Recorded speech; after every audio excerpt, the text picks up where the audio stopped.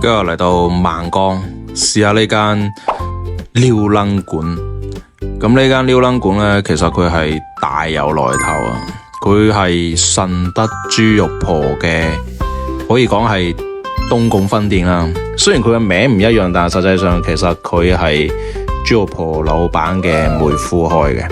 咁如果試過嘅人都應該有感覺，就係佢同順德嗰間豬肉婆嘅味道係8、9成啦，9成半我都覺得有嘅，因為兩間我都食過。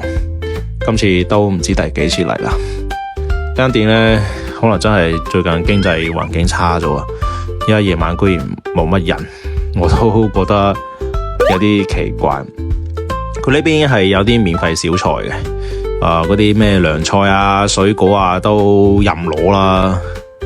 反正我唔知係咩啦，但係呢一隻好似海鮮嘅嘢，我覺得幾好食喎。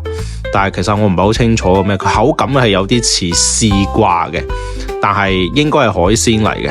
我講嘅係口感啊，唔係味道啊。咁今日就點咗一個呢個都唔知咩生鮮啊，反正係有魚肉啦、冬菇、同埋啲蝦之類嘅嘢，食落去口感係唔錯，我覺得味道都係幾好啊，啲魚肉好滑，就係廚房嘅實力係非同一般，呢個菜幾推薦大家。咁仲有就係點咗條鯇魚啦，呢邊啲魚蒸得幾好食啊，海鮮就比較新鮮，所以又點咗2條魚啊。咁仲有一條就係老鼠斑啦，呢度老鼠斑價錢就唔係好貴，200零蚊一斤，一條其實都係百零蚊，200蚊都有找。仲有呢個果酸排骨，呢個排骨呢，佢係用百香果做底嘅。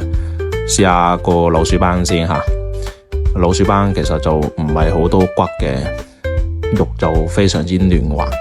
咁肯定有人問係咪野生嘅？嗱，我食唔出野生定係養啊，你自己過嚟試下啦。咁呢個排骨嘅話，佢係用百香果做底汁嘅，食落去係有種水果嘅新鮮果甜味道啦，總體唔錯，有機會自己過嚟試下啦，環境都幾好。